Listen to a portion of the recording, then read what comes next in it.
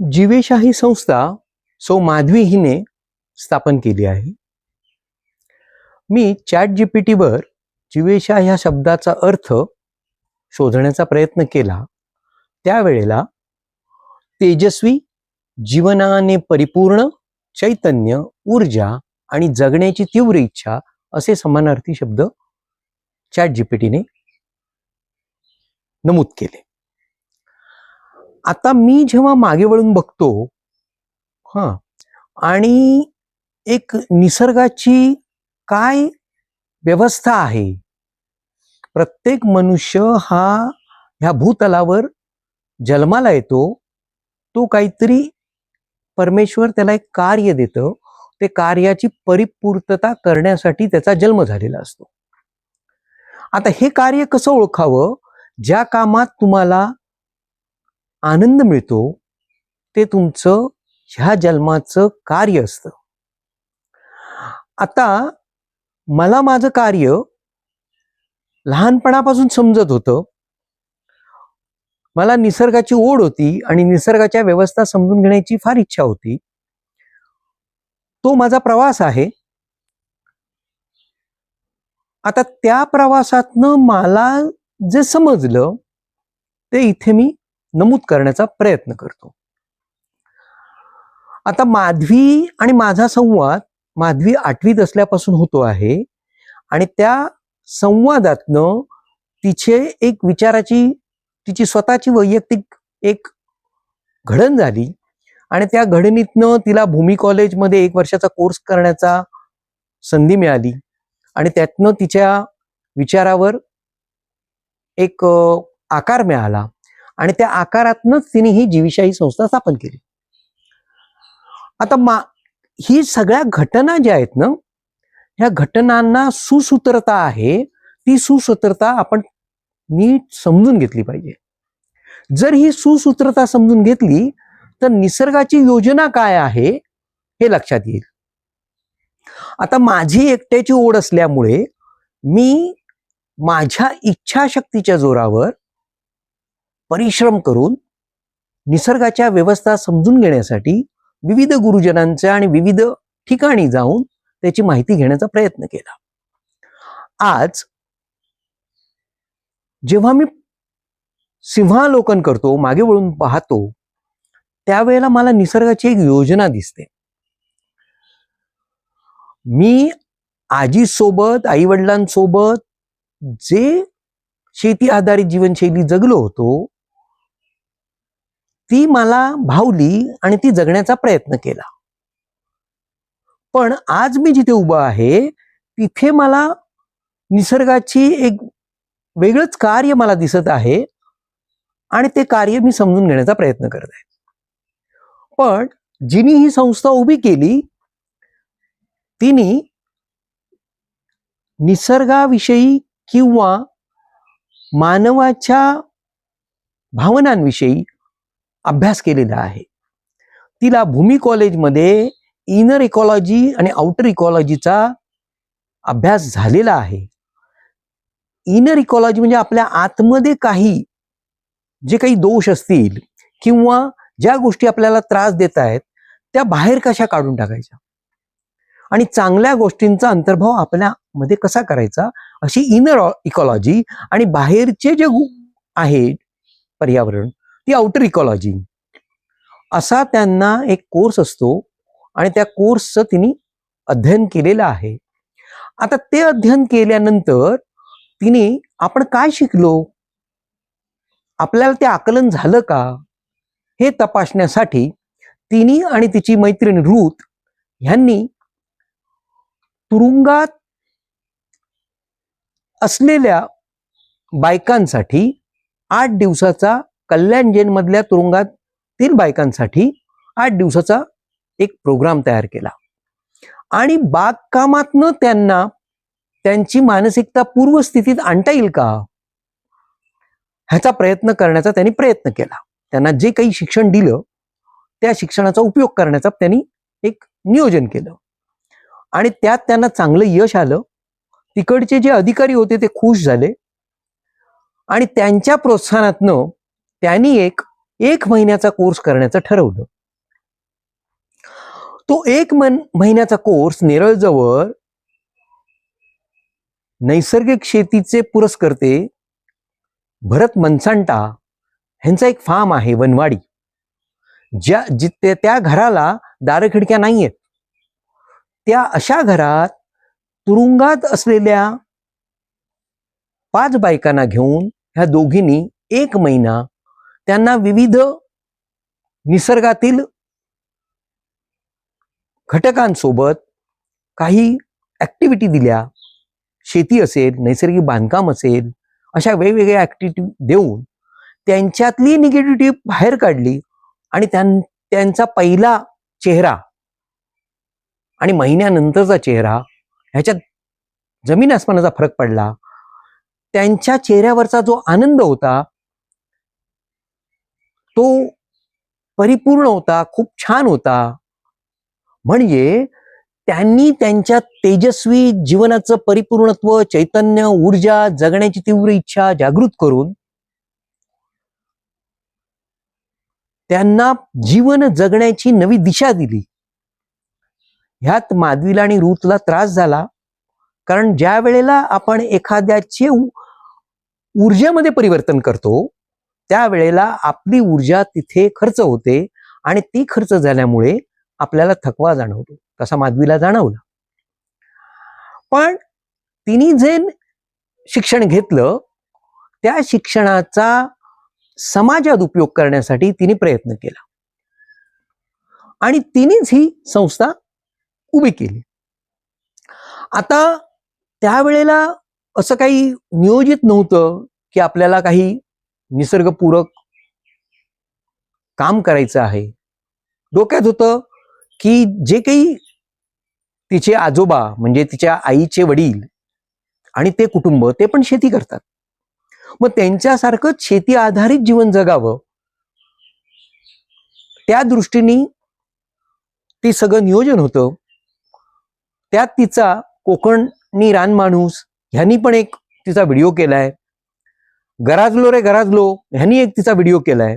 त्यात तिने आपली मतं तिथे मांडलेली आहेत. हा प्रवास चालू होत असताना माझा जो होतं ते कार्बन फुटप्रिंट आणि पाण्याचं फुटप्रिंट, त्यासाठी मी पॉंडिचेरीमध्ये मग परत मला व्हॉलंटिअरिंग टुरिझम हा एक विषय मी अनुभवला आणि आता आजही मी जीविशा या संस्थेत व्हॉलंटिअरिंग करतो. जसं माझे गुरु श्री भटकाका त्यांच्याही निसर्ग मित्रमध्ये मला व्हॉलंटिअरिंग करण्याची संधी मिळाली होती. आता हे जे व्हॉलंटिअरिंग हा जो काही सब्जेक्ट आहे हा अरविंदोनी पॉंडिचेरीमध्ये रुजवला आहे. निसर्गाची सेवा करण्याची ज्यांना इच्छा आहे पण त्यांच्याकडे ती व्यवस्था नाही, त्यांनी ज्यांच्याकडे व्यवस्था आहे त्यात जाऊन आपला वेळ देणं आणि आपलं योगदान देणं, जेणेकरून त्यांना असणारी इच्छा परिपूर्ण होईल. त्यातनं आपल्याला ऊर्जा मिळते अधिकचं काम करण्यासाठी, जी मला मिळाली. आता डॉक्युमेंटेशन हा एक माझा विषय होता. मी डॉक्युमेंटेशन करत गेलो. त्यातनं आता नवीन नवीन गोष्टी ज्या शिकायला मिळतात आणि आज जो जागतिक तापमान वाढ आणि हवामान बदल हे जे मानवी जीवांसमोर जे मोठं संकट आहे, त्या संकटावर मात करण्यासाठी किंवा नियंत्रण मिळवण्यासाठी जी निसर्गपूरक जीवनशैली विकसित करणं गरजेचं आहे आणि ते आम्हाला आकलन झालंय आणि आम्ही त्या दृष्टीने प्रयत्न करतोय आणि इतरांना पण त्यात जोडून घ्यावं, इतरांना पण सामावून घ्यावं आणि जितकी जास्त लोक सामावली जातील तेवढे हे संकटावर नियंत्रण करणं सोपं जाणार आहे. म्हणून आम्ही आता एक गाव एक FPC म्हणजे फार्मर प्रोड्युसर कंपनी, मग एक गाव एक FPCच्या माध्यमातून आपल्याला निसर्गपूरक जीवनशैली विकसित करणं सोपं जाणार आहे. कारण आता काय झालंय, आपण आधुनिक जीवनशैलीमुळे जी निसर्गपूरक जीवनशैली आहे त्यातील जी काही तंत्रज्ञान आहे किंवा त्यातली जी कौशल्य आहेत ती आपण विसरलोय. आता आपल्याकडे आधुनिक तंत्रज्ञान आहे, आधुनिक कौशल्य आहे, पण आधुनिक तंत्रज्ञान आणि आधुनिक कौशल्य ही ऊर्जेच्या बाबतीत फार खर्चिक आहे. जी निसर्गपूरक जीवनशैलीतली कौशल्य ही ऊर्जेपूरक आहेत, ऊर्जा कमी लागते आणि ती ऊर्जा संतुलित करणं शक्य आहे, त्याची भरपाई करणं शक्य आहे. म्हणजे आपण खर्च केलेली ऊर्जा परत आपण पुनर्भरणा करू शकतो. मग इतकं सुंदर आपल्या पूर्वजांनी, जो आपला देश सुजलाम सुफलाम होता, ऋषीमुनींनी जी जीवनशैली विकसित केली, ती जीवनशैली विज्ञानाच्या दृष्टिकोनातनं पाहून त्यातल्या त्रुटी उणीवा काय असतील, काही कालानुरूप निर्माण झाल्या असतील, तर त्या कमी करून आपल्या समोर असलेल्या संकटाला पूरकतेत जाऊन त्याचा उपयोग सर्व मनुष्य प्राण्याला आणि इतर सृष्टीला कसा होईल ह्याचा विचार करून आपण संतुलित जगू शकतो का? तर नक्कीच जगू शकतो. तर त्या दृष्टीने आमचे प्रयत्न सुरू आहेत आणि आपण इथपर्यंत आलो, त्यातनं जे आपल्याला ज्ञान मिळालं, त्या प्रवासात जे गुरुजन मिळाले आणि त्या गुरुजनांच्या साथीने आपण काही सुंदर करू शकतो का? आपण तेजस्वी होण्यासाठी प्रयत्न करू शकतो का? जीवनाला परिपूर्णता आणू शकतो का? आपलं चैतन्य जागृत करू शकतो का? निसर्गातली ऊर्जा आणि आपली ऊर्जा ह्यांची देवाणघेवाण करू शकतो का? इतर मानवी आणि सृष्टीतले घटक आहेत त्यांच्या ऊर्जेशी आपण सहजीवन करू शकतो का? जगण्याची तीव्र इच्छा म्हणजे आपला श्वासोच्छ्वास चालू आहे, आपलं शरीर जिवंत आहे, ही जगण्याची तीव्र इच्छा नको, तर माझ्या आत्म्याच्या तृप्तीसाठी मला जगलं पाहिजे. मग माझ्या जे कार्य आहे ते कार्य मी परिपूर्ण ह्या जन्मात जर करू शकलो तर माझी खरी जगण्याची इच्छा परिपूर्ण होणार आहे. त्याची तीव्र इच्छा केली पाहिजे, जगणं सार्थकी लागलं पाहिजे आणि हे प्रत्येकाने प्रयत्न करावा. आता हे फक्त मी सांगू शकतो, पण आमची जी फॅमिली आहे ही परिपूर्ण आहे. प्रत्येकाचा स्वभाव हा वेगळा आहे, पण तो कुठेतरी जीवेशाशी संलग्न आहे. व्यक्तीला महत्व न देता आपल्या संस्थेला महत्व द्यावं, कारण संस्था परिपूर्ण असते, व्यक्ती परिपूर्ण होऊ शकत नाही, संस्था परिपूर्ण करता येते. व्यक्तीला षड्रूप आहे, राग लोभ मत्सर आहे, तो कमी करता येतो, त्याला एक कालावधी लागतो, तर ती प्रोसेस चालू राहू द्या. पण त्याही पेक्षा महत्वाचं, आपली ही जी संस्था ज्या सकारात्मक ऊर्जेने आपल्याकडनं निर्माण करून घेतली आहे, तर ती संस्था आपल्याला परिपूर्ण करता येईल का? जो काही अनुभव येतोय, बागेत येतो आहे किंवा फुलपाखरांशी संवाद होतो आहे, हा निसर्ग इतका सुंदर आहे.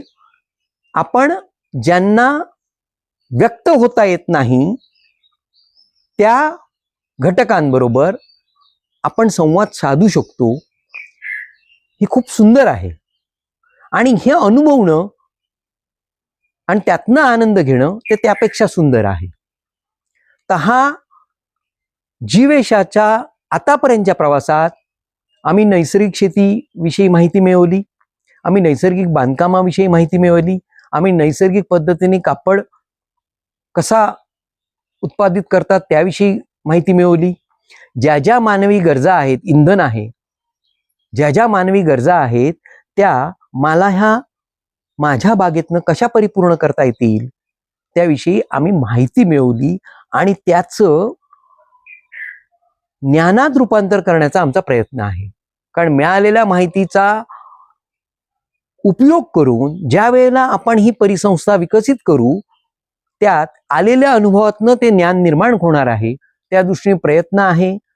त्या दृष्टीने आम्ही इतरांनाही सहकार्य करतो. उदाहरणार्थ प्रसाद गावडे, कोकणी रान माणूस, त्यांनी त्याच्या टीमनी इथे येऊन नैसर्गिक बांधकामाच्या विषयी माहिती घेतली. आज प्रसाद गावडे पर्यावरणाविषयी जनजागृती करतोय आणि त्याच्या टीम मधल्या इतर सदस्यांचा स्वतःचं कृषी पर्यटन विकसित झालंय आणि ते आता चालवत आहेत. तर जीवेशा ही प्रत्यक्ष जरी संपर्कात कोणाच्या नसली तर आमच्या सोबत जे जे लोक आले त्या लोकांना आम्हाला जेवढं शक्य आहे तेवढं आम्ही सहकार्य केलं आणि त्यांनी स्वतःच्या कर्तृत्वाने ह्याच्यात आम्ही माध्यम ठरलो.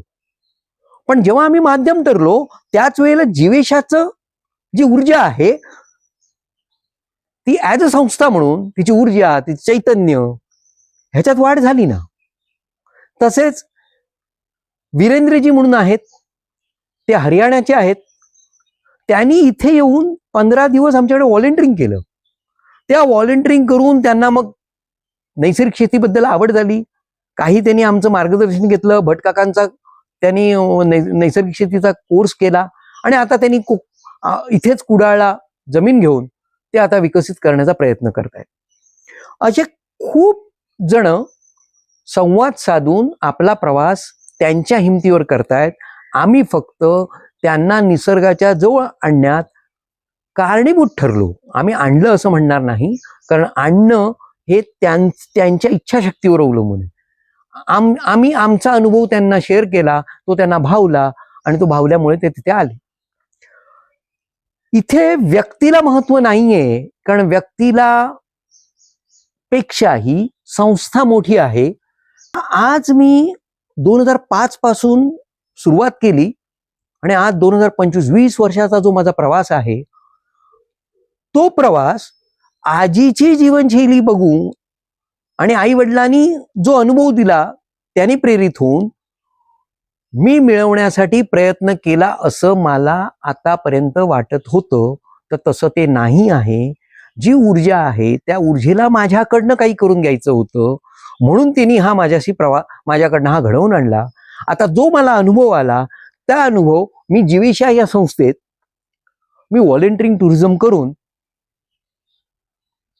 मला परिपूर्णता कशी येईल, माझ्या जगण्याचं सार्थक कसं लागेल, माझं चैतन्य जागृत कसं होईल, माझी ऊर्जा कशी सकारात्मक होईल, मला कामातनं तेज कसं मिळेल, ह्यासाठी मी व्हॉलेंटिअरिंग करतोय.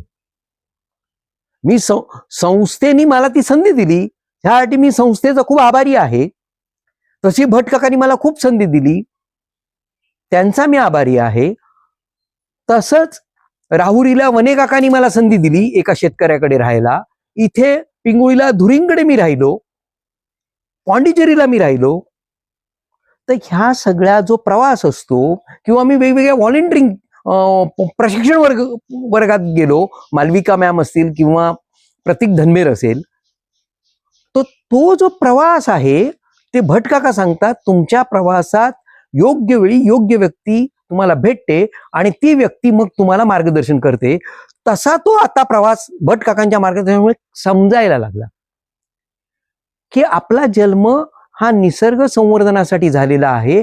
म्हणून जो पूर्वीचा व्यवहार होता त्या व्यवहारातनं मी 2005 लाच निवृत्ती घेतली. आता मी कोणत्याच व्यवहारात नाही आणि माझं सर्वस्व मी निसर्ग संवर्धनासाठी व्यतीत मार्गी लावतोय. पण तसं म्हणण्यापेक्षा मला स्वतःला जगण्यासाठी म्हणजे मला परिपूर्णता येण्यासाठी मी प्रयत्न करतोय, हे संयुक्तिक होईल. पृथ्वीने संपूर्ण सृष्टी विकसित करत असताना सगळ्यात शेवटी मनुष्याला विकसित केलं. ह्याचं कारण हे की मनुष्याने संपूर्ण विकसित सृष्टीचा सांभाळ करावा. मनुष्य हा पंचमहाभूतांचा ट्रस्टी आहे. त्यांनी ट्रस्टीप्रमाणे त्या सगळ्या पंचमहाभूतांचा सांभाळ करावा ही पृथ्वीची मनुष्याकडनं अपेक्षा आहे. आपण भूमाता म्हणतो, म्हणजे आपल्या मातेकडनं आपली अपेक्षा ही आहे की तिने एवढ्या कष्टाने निर्माण केलेली ही जी निसर्ग व्यवस्था आहे ती त्यांनी सांभाळावी. मनुष्य हा एकमेव असा प्राणी आहे त्याला बहिर्वृत्ती चेतना शक्ती, म्हणजे त्यात शरीर, प्राण आणि मन, अंतर्वत चेतना शक्ती, आंतरिक शरीर, आंतरिक प्राण, आंतरिक मन आणि चैत्य पुरुष अशा चेतना शक्ती असतात. संत मंडळी शरीर, प्राण आणि मन ह्याच्यावर जी काही मनुष्याची दैनंदिन जीवन चालू असते त्याच्यावर मात करून त्या आंतरिक चेतना शक्ती जागृत करतात आणि त्यात त्यांना खरा आनंद मिळतो आणि मग ते त्या आंतरिक चेतना शक्तीच्या जोरावर आपलं जीवन व्यतीत करतात आणि मनुष्याला जे सृष्टीने निर्माण केलं आहे तर तीही चेतना शक्ती जागृत करून एक सकारात्मक कार्य करण्यासाठी मनुष्याला सृष्टीने जन्म दिला आहे. तर संत मंडळी ही चेतना शक्ती जागृत करून आतून मनापासून आनंद उपभोगतात. त्यांना शारीरिक वेदना, मानसिक वेदना ह्यांचं काहीही महत्व नसतं, ते बरोबरचं असतं. ते आंतरिक शांतीसाठी जगत असतात. मी लहानपणापासून तसा अरविंदोंचा पण विचारांचा अभ्यास करतोय. त्याच्यासाठी मी पॉंडिचेरीला पण जाऊन आलो, 21 दिवसाचं व्हॉलेंटिअरिंग केलं. अरविंदो असं म्हणतात की बहिर्वती चेतना शक्ती कडनं आपण आंतरिक वरती चेतना शक्तीकडे गेलं पाहिजे, आंतरिक चेतना शक्ती आपली जागृत केली पाहिजे आणि मग आंतरिक वरती चेतना शक्तीच्या मार्गदर्शनाने बहिर्वर्ती चेतना शक्ती संचालित केली पाहिजे. म्हणजे शरीर, प्राण आणि मन ह्यांचं कार्य आंतरिक चेतना शक्तीच्या माध्यमातून केल्यावर आपल्याकडनं खूप चांगलं काम होऊ शकतं आणि हे दोघींचं संतुलन आपल्याला राखता आलं पाहिजे. तर आपण ह्या जीवनाचा खऱ्या अर्थाने आनंद घेऊ शकू आणि आपली उपयुक्तता ह्या सृष्टीतील घटकांना होऊ शकते.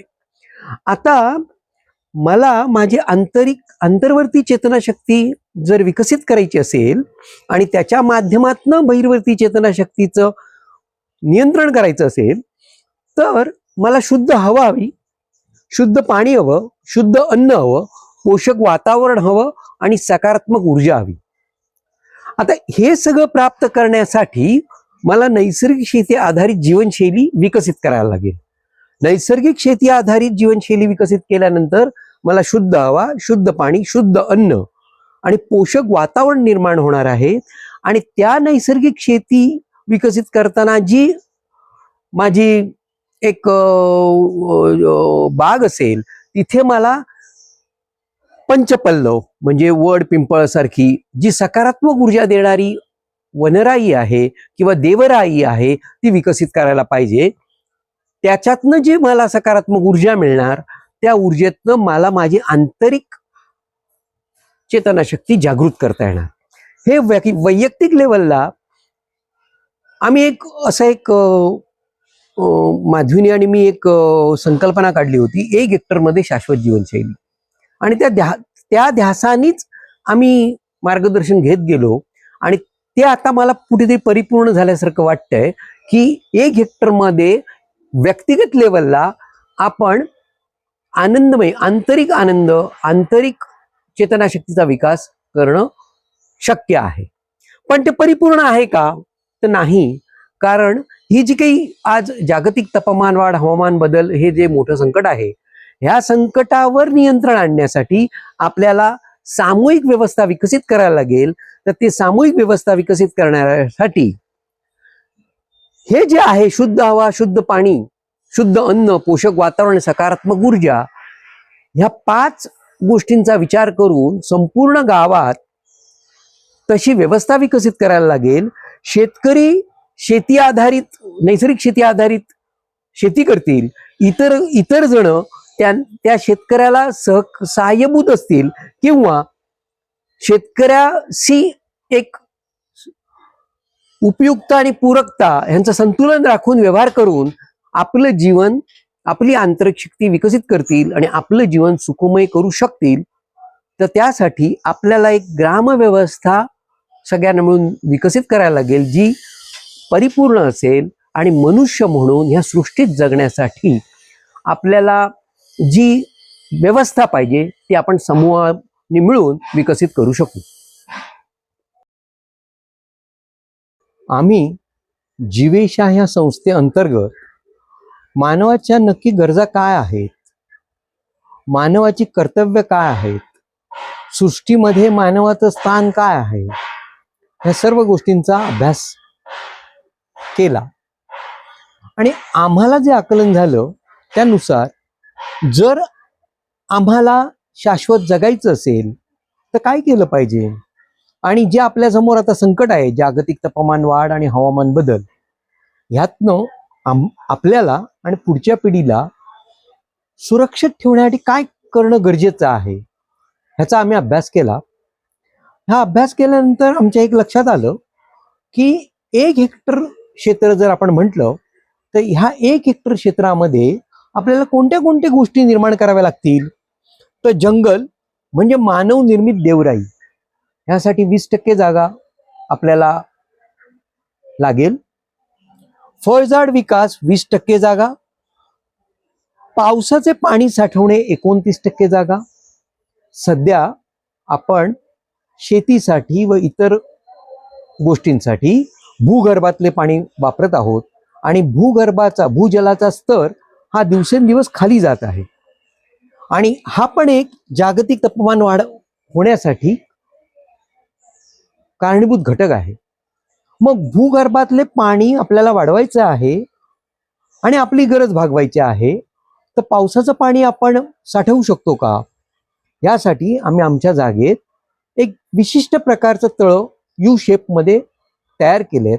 आता जी शेततळी आहेत ही 40 फूट बाय 40 फूट किंवा लांबी तेवढीच रुंदी असते. त्यामुळे जे इव्हॅपोरेशन म्हणजे बाष्पीभवन जे होतं पाण्याचं ते रोखणं कठीण जातं. म्हणून आम्ही रुंदी कमी ठेवली आणि यू शेप मध्ये आणलं, जेणेकरून तुम्ही त्याच्यावर शेडनेट टाकू शकता किंवा त्याच्यावर तुम्ही भाजीपाला पीक घेऊ शकता किंवा त्याच्यावर तुम्ही मत्स्य व्यवसाय करू शकता. म्हणजे त्या पाण्याचा उपयोग तुम्ही विविध कारणांसाठी करू शकता. पाण्याचं बाष्पीभवन कमी रोखू शकता. त्याच्यावर तुम्ही पर्यटकांसाठी घरं बांधू शकता, जेणेकरून त्या पर्यटकांना आल्हाददायक वातावरण मिळेल. असं ह्या विचार करून आम्ही ते तळ यू शेप मध्ये मारलंय. आता कोकणात तर भरपूर पाऊस पडतो. आपल्याला 1 हेक्टर क्षेत्रासाठी जे पाणी लागणार ते जर पाणी आपण साठवू शकलो तर आपल्याला भूगर्भातलं पाणी आपल्याला वापरावं लागणार नाही. एक गोष्ट. दुसरी गोष्ट, 1 हेक्टर क्षेत्रामधली भूभाग आहे त्या भूभागाचं पाणी धरून ठेवण्याची क्षमता, म्हणजे जर तुम्ही नैसर्गिक पद्धतीने त्या भूभागाचा व्यवस्थापन केलं, पावसाचं पाणी जास्तीत जास्त जिरवलं आणि पाणी धरून ठेवण्याची क्षमता, म्हणजे तुम्ही जर त्याची सुपीकता वाढवली जमिनीची, त्याच्यात ह्युमस कंटेंट वाढवला तर त्याची पाणी धरून ठेवण्याची क्षमता वाढणार आहे आणि ते मग आपल्याला पुढील 8 महिन्यासाठी ते आपल्याला पाणी शेतीसाठी उपयुक्त ठरणार आहे. म्हणजे 4 महिन्यात पावसाचं पाणी, 8 महिने दवाचं पाणी, ह्याचं नियोजन आपल्याला करता येईल का? तर त्याविषयी आम्ही प्रयोग केला, आम्हाला त्यात यश आलंय. तर ते करून आपण पावसाचं पाणी जर साठवलं, एक आपण पाणी रूपात आणि दुसरं ह्युमसनी धरून ठेवलेलं पाणी. आता ह्युमसनी धरून ठेवलेलं पाणी जर साठवण्यात आपल्याला यश आलं आणि ह्युमसचा जसजसं पर्सेंटेज वाढत जाईल, आता सॉइल कार्बन 0.5% आहे, तो जर हळूहळू आपण 3% नेऊन शकलो तर झाडांना अतिरिक्त पाणी देण्याची गरज नाही, त्यांच्या पाण्याची गरज ते स्वतः भागवू शकतात. जर 3% ह्युमस करण्यात आपण यशस्वी झालो तर, जे जंगलामध्ये असतं. तर त्या पद्धतीत आपण आपली बाग, आपलं संपूर्ण शेत 2 हेक्टर शेत जर केलं तर पाणी हळूहळू भूगर्भात साठवलं जाईल आणि ते पुढच्या पिढीला उपयुक्त ठरेल. आपण आताच आपल्या नातवाच्या हक्कात हिस्साचं पाणी वापरून मोकळे झालो आहोत. तर आपल्याला आपल्या मुलाचं आणि नातवाचं पाणी साठवायचं आहे. मग त्या दृष्टीने आपल्याला इथे तसं नियोजन करावं लागेल. तर त्यासाठी 29% जागा लागेल. निवास व्यवस्था म्हणजे स्वतःसाठी, त्या शेतावर कार्यरत असणाऱ्या सहकार्यांसाठी, कृषी पर्यटनासाठी, गोधनासाठी, असे विविध जी काही आपल्याला लागतील, एक शेतमाल साठवण्यासाठी वगैरे जी जागा लागेल, त्या निवासासाठी आपल्याला 5% भूभाग वापरावा लागेल. 5% भूभाग मग तुम्ही मल्टी स्टोरेज करून कशी कमीत कमी जागेत ते करू शकता ते पाहावं लागेल. आणि ही जी निवास व्यवस्था आहे, ती व्यवस्था आपण पर्यावरणपूरक करू शकतो का? आपण बांबूची शेड करू शकतो का? आता आम्ही इथे नारळाचा थोडा अभ्यास केला. नारळाच्या पिकाला आता कमीत कमी पाणी देऊन सुद्धा आम्हाला नारळाचं उत्पादन नैसर्गिक शेतीमुळे शक्य झालंय. कारण जमिनीची सुपीकता वाढली, सच्छिद्रता वाढली, जमिनीचा ओलावा वाढला, त्यामुळे नारळाचं उत्पन्न वाढलं. पण नारळाचं उत्पन्न वाढलं, आता नारळ आम्ही ओला नारळ देतो, सुकी वाटी देतो, घाण्यावरचं तेल देतो, व्हर्जिन ऑइल देतो, साबण बनवतो, करवंटीचे पण काही आपण कोळसा वगैरे बनवू शकतो. विविध उपयोग आपल्याला करता येऊ शकतात. पण आता जी आपली एक प्रक्रिया, व्यवसाय हा जो झालाय, हा व्यावसायिक झालाय. त्यामुळे आता जे नारळाचं तेल मिळतं ते ओले नारळ फोडून सुकवून त्याचं तेल काढलं जातं. तर तसं काढू नये. पूर्वीची लोक हे नारळ, आपल्या माडीची घरं असायची आणि पक्व झालेले नारळ माडीवर ठेवायचे, हवेशीर ठेवायचे, आणि ते माडीवर ठेवल्यामुळे त्याच्यातलं सगळं पाणी नारळामध्ये मुरायचं. म्हणजे पाण्यामध्ये असलेली जीवनसत्व सुद्धा त्या नारळाच्या तेलामध्ये येत होतं आणि ते आपल्याला उपयुक्त ठरत होतं. आता काय होतं, ओले नारळ फोडून तुम्ही ते पाणी इतर वापर करत असाल, पण त्या तेलाची गुणवत्ता काही प्रमाणात कमी होते. म्हणून आम्ही आता तसे नारळ ठेवण्यासाठी एक बांबूचं स्ट्रक्चर बनवलं, जिथे आपल्याला ते नारळ ठेवून आपलं वेस्टेज कमी करता येईल. कारण नारळ जर जमिनीवर ठेवला तर तुमचं 20 ते 25% वेस्टेज होतं. ते 2 ते 3% मध्ये तुम्हाला कंट्रोल करता आलं पाहिजे. त्यासाठी नारळासाठी आम्ही एक शेड बनवली. त्याचबरोबर आंबे पिकवण्यासाठी त्याचा उपयोग करता येईल त्या शेडचा. तसंच आम्ही जे आता घर बांधकाम करतोय ते नैसर्गिक बांधकाम आम्ही शिकलो.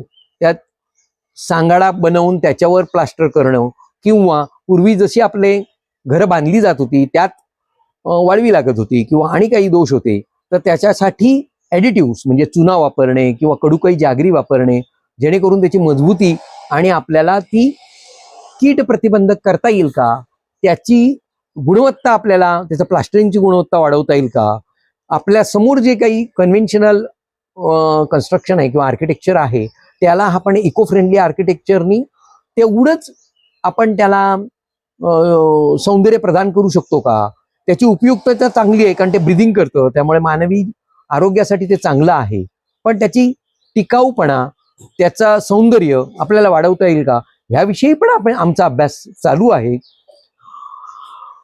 त्यानंतर नारळ बाग आणि अन्न निर्मितीसाठी 22% आणि इतर गोष्टींसाठी, रस्ता वगैरे ह्यासाठी 4%, असं आम्ही हे 25 ते 30 लोकांच्या गरजा, मग त्या अन्नाची गरज, मग ती इंधनाची गरज, मग ते आल्हाददायक वातावरणाची गरज आपल्याला ह्यातून भागवता येईल का, या दृष्टीने आम्ही आता प्रयोग करतो आहोत. आम्हाला काही प्रमाणात यश आलंय आणि आम्हाला आमचा आत्मविश्वास वाढला की 1 हेक्टर शाश्वत जीवनशैली अंतर्गत आपण हे छान जगू शकू. आपली आंतरिक ऊर्जा म्हणजे चेतनाशक्ती जागृत करण्यासाठी जे सकस अन्न लागेल, शुद्ध पाणी लागेल, शुद्ध हवा लागेल, आल्हाददायक वातावरण लागेल, जी वृक्षांची ऊर्जा लागेल, ती सगळी आपण आपल्या बागेत विकसित करू. त्याच्या माध्यमातून आपण आपली आंतरिक ऊर्जा जागृत करून आनंदमय समाधानी जीवन जगू शकू. हा आम्हाला आता विश्वास वाटतोय. आम्हाला त्याविषयी खूप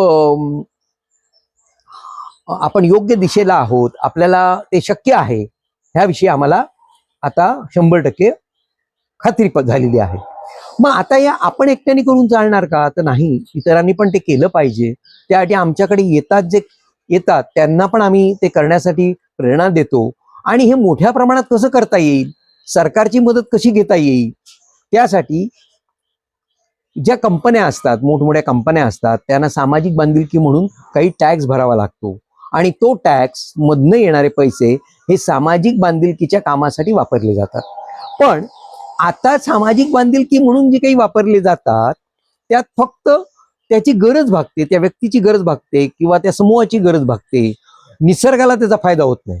मग आपण जर गाव केंद्री केलं किंवा ह्या पद्धतीत केलं आणि निसर्गाची पण गरज भागवली तर ते फार उपयुक्त होईल. कारण त्याच्यातनं कार्बनचं रिसायकल म्हणजे सुपीक जमीन जर निर्माण करण्यात आपल्याला यश आलं तर कार्बन आपण रिसायकल करू, आपण जैवविविधता वाढवली तर कार्बन रिसायकल करू. मग ज्या कंपनीनी तो जो फंड दिलाय त्याच्या मोबदल्यात त्याला कार्बन क्रेडिट अंतर्गत आपल्याला काही उपयुक्तता करता येईल का, त्याला त्याचा फायदा मिळवून देता येईल का? म्हणजे त्यांनी ते जो काही 2% सामाजिक बांधिलकी म्हणून जरी दिले तरी त्याच्यातनं त्याला जर कार्बन क्रेडिट मिळालं तर त्याच्या कंपनीची प्रतिष्ठा वाढेल. असं उपयुक्तता, पूरकता ह्यांचं संतुलन राखून इंडस्ट्री आणि शेतकरी ह्यांच्यात आपल्याला काही सेतू निर्माण करता येईल का, त्या दृष्टीने आम्ही प्रयत्न करत आहोत.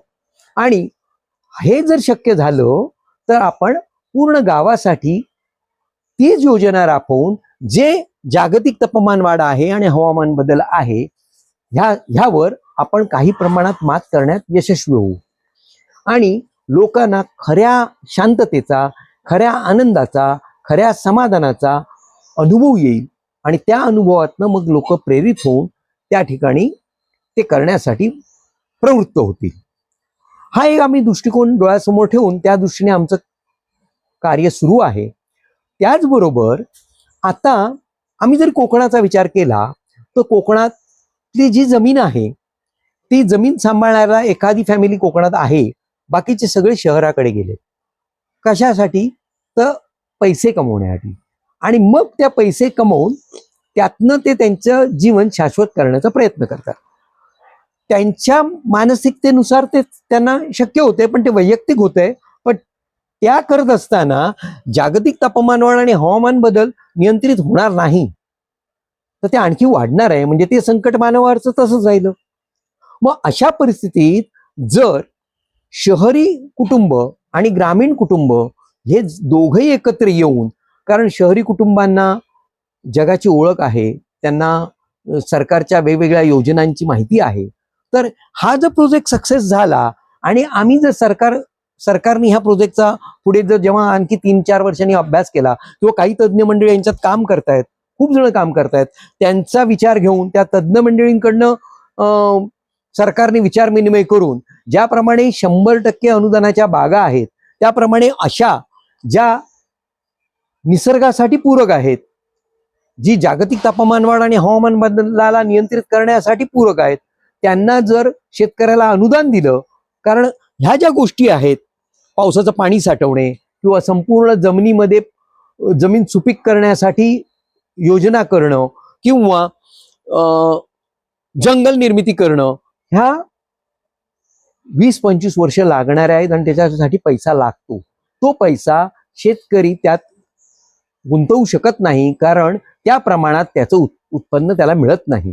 तर सरकारने हे दिलं तर हे सामाजिकच काम आहे. शेतकऱ्याच्या माध्यमातून जर आपण हे सामाजिक, निसर्गपूरक, निसर्ग संवर्धक काम शेतकऱ्याच्या माध्यमातून केलं तर गावचं कुटुंब आणि शहरी कुटुंब दोघांच्या जीवनाचा आणि पुढच्या पिढीच्या शाश्वततेसाठी एकत्र येतील, सरकारच्या योजनेचा लाभ घेतील आणि आपली बाग विकसित करतील. आणि त्या विकसित बागेतनं मग कृषी पर्यटन किंवा प्रक्रिया उद्योग हे सुरू करून ग्रामीण भागात रोजगार निर्माण होईल. हा ग्रामीण भागात जर जोरदार रोजगार आपण निर्माण करू शकलो निसर्गपूरक पद्धतीने, तर शहरावर येणारा जो काही एक भार आहे तो भार आपण वाचवू शकू.